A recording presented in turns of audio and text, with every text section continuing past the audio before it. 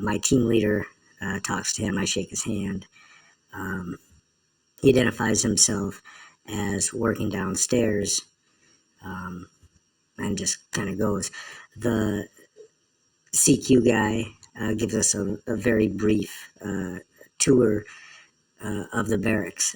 Come to find out, down the one hallway is people from our branch, like us, that are temporarily staying there, and down the other hallway is people from our branch that are working downstairs on the first level of the barracks, which has some offices in it. I was never in there, but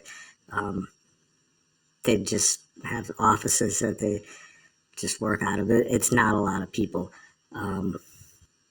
I came in contact with about, I don't know, I met about a dozen people in that barracks. Some were visiting like I was, some were working there. There were a few more, but that's about as many as I was introduced to. All of us were incredibly thrilled to be there, but too cool to let on. Nobody talked about anything that they were there for. It was just general chit chat. But it was cool. We were all kind of happy to meet people. That's only one of the very few places where I was able to meet people. During the time I was there, I did not meet anybody in the dining facility. Every time I went to the dining facility, minus 2 times, was with my team leader. We ate together, and everybody else was either there alone or eating together with other people. Nothing out of the ordinary, but nobody was making new friends. In the recreation center, I was there a few times. I didn't really meet anybody. There were other people around. Nobody's real chatty over there. But I did meet people in the barracks. Okay, so after that, my team leader and I decided to each return to our rooms. We were told that the dining facility was open 24 hours a day. You can go in there. Our little airman friend liaison told us that. The barracks themselves are kind of at the other end of the complex from the airfield, so it's not a very big installation. The rec center is at the end of the installation, opposite from where the airfield is. Going to the dining facility, going out the side of the barracks, walking in the thoroughfare there, you could see other structures, other buildings that look totally normal, like people would be working in them. Also, off in the one direction, it's hard to see because there's things in the way. There are some larger buildings like hangars. They're just not easy to see. From what I could see, there just wasn't much to see. There wasn't much happening with those. Those did raise some questions though, because those are like larger. I don't know anything about them. They could be empty for all I know. I didn't see any activity out there. Couldn't tell what was going on. They're far away, and you just really have a limited view of them from where I was. You could get peeks at them, but I mean, there was nothing to see. I was also at the opposite end of the installation. It would be the south end.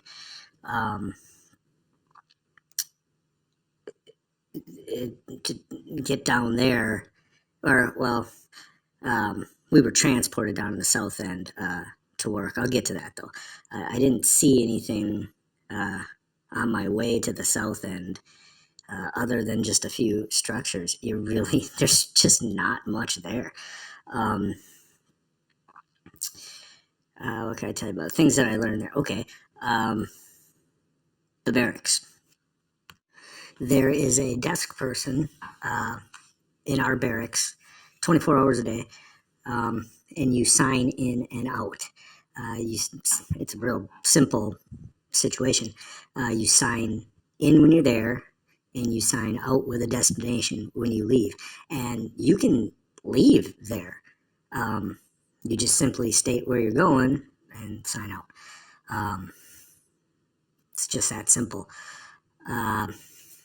What I learned about the barracks is there had to be other barracks for my branch of the military. There was no females in my barracks. There was no officers in my barracks.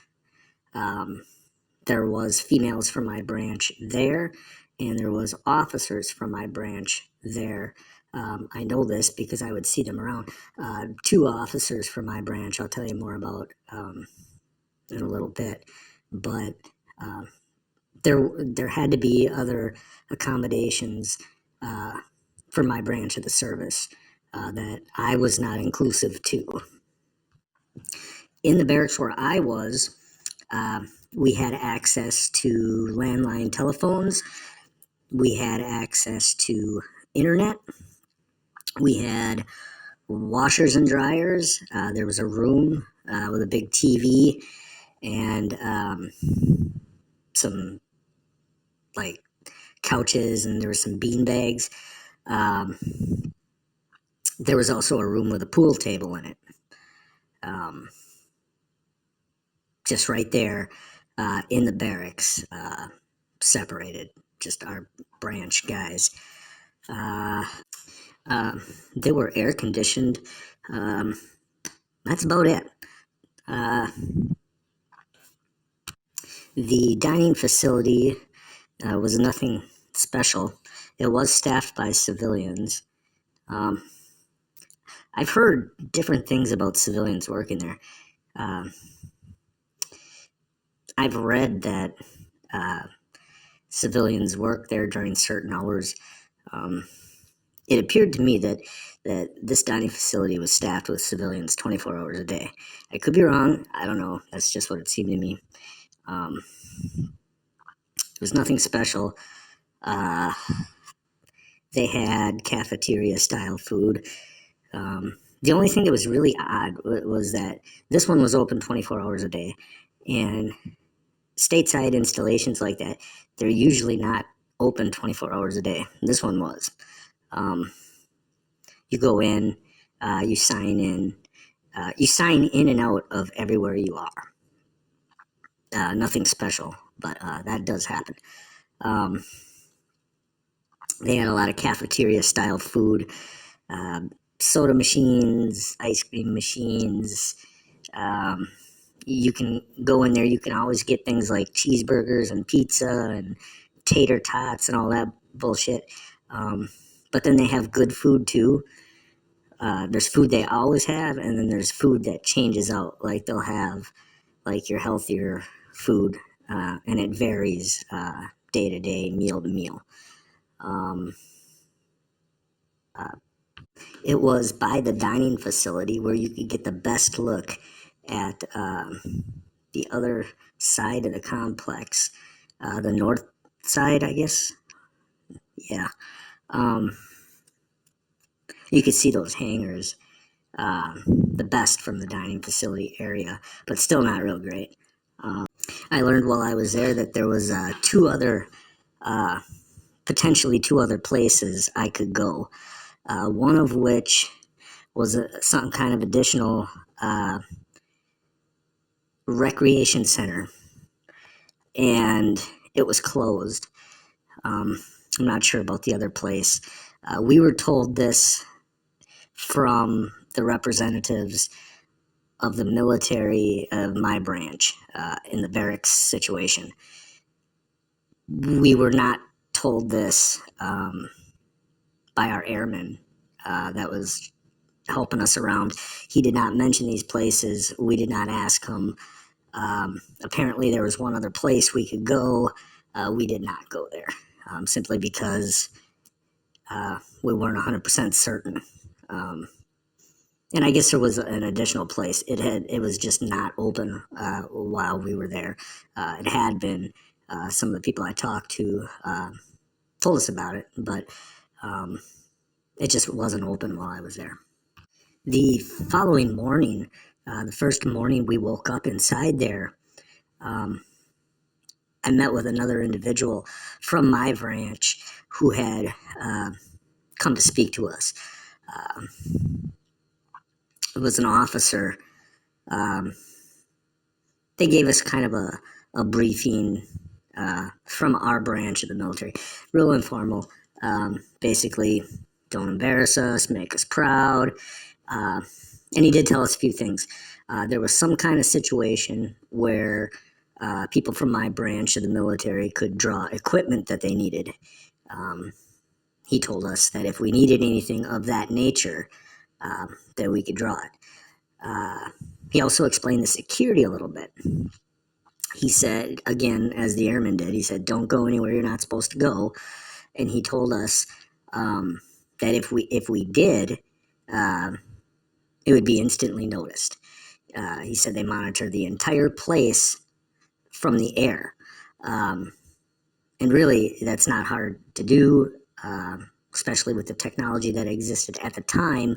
Being a small installation like that, you can easily see where people are moving,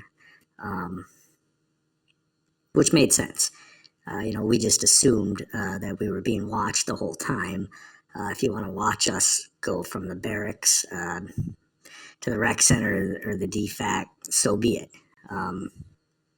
But I'm pretty sure if we went to a place that we weren't supposed to, for one, we couldn't get in because you had to sign in and out everywhere. And two, if we were just roaming around, I don't think that would have held for very long at all. So the next day arrives, and we wake up early. We go eat breakfast. We weren't sure when the next time we were going to eat was. So we wanted to get over there, and we ate a bunch. They have like omelets and stuff in the morning. Make your own, well, not really make your own, but you can tell them what to put in it. It's pretty cool. We ate breakfast. We went back to the barracks to get ready, and that's when we met the person I had just mentioned, the senior officer. We reported out front wearing BDUs. My team leader had a laptop computer and a laptop case, and just some real simple supplies with him. I had my phone. We both had phones. And I brought a laptop case. It did not have a laptop in it. It had a notebook, just some basic stuff. The airman